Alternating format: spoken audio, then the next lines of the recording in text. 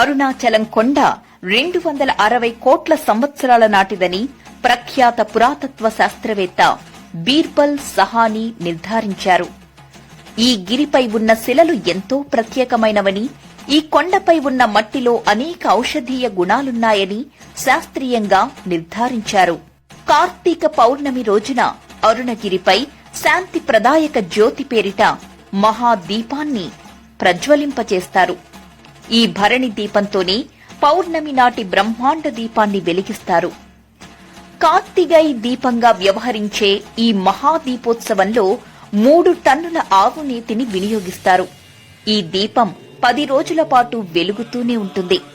ఈ దివ్య దీపం కొన్ని మైళ్ల వరకు కనిపిస్తుంది.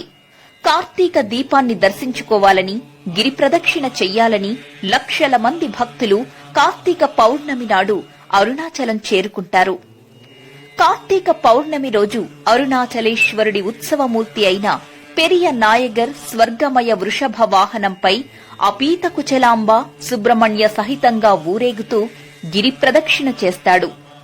అరుణాచలాన్ని దర్శిస్తే రుణాలు తీరుతాయని నానుడి. ఇక్కడ రుణాలు తీరడమంటే బంధనాల నుంచి విడివడి ముక్తి మార్గం వైపు పయనించడం. తమిళంలో గిరివలం అని వ్యవహరించే అరుణాచల ప్రదక్షిణకు ఎంతో వైశిష్ట్యం ఉంది. 14 కిలోమీటర్ల ప్రదక్షిణ మార్గంలో గిరి చుట్టూ అనేక ఆలయాలు, ఆశ్రమాలు, బృందావనాలు దర్శనమిస్తాయి. అరుణాచల ప్రదక్షిణం సాక్షాత్తు కైలాసాన కొలువైన శివపార్వతులకు చేసే ప్రదక్షిణతో సమానమైన ఫలితం ఇస్తుందని అద్వైత గురువు భగవాన్ రమణ మహర్షి పేర్కొన్నారు.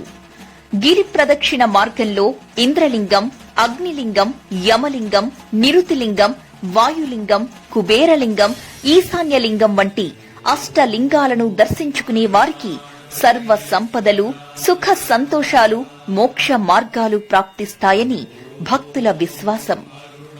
అగస్త్య తీర్థం, ఉన్నామలై తీర్థం వంటి పవిత్ర తీర్థాలకు ఈ అరుణగిరి నెలవు. తిరువణ్ణామలై చెన్నైకి 185 కిలోమీటర్ల దూరంలోనూ, బెంగళూరుకి 210 కిలోమీటర్ల దూరంలోనూ ఉంది. వెల్లూరు నుండి విల్లుపురం వెళ్లే రైలు మార్గంలో తిరువణ్ణామలై ఉంది. దగ్గర్లో చెన్నై, బెంగళూరు అంతర్జాతీయ విమానాశ్రయాలున్నాయి. శక్తి సంపన్న క్షేత్రంగా, ముక్తిదాయక క్షేత్రంగా, అగ్నిలింగేశ్వరుడిగా కొలువైన తిరువణ్ణామలై అరుణాచలేశ్వరుణ్ణి దర్శించుకుందాం. ఆ పరమశివుడి అనుగ్రహంతో కైలాస ప్రాప్తిని పొందుదాం.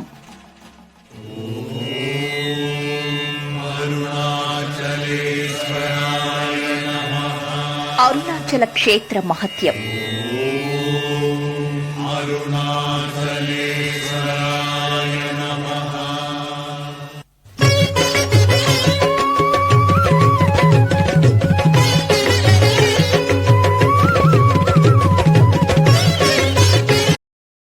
Share chat.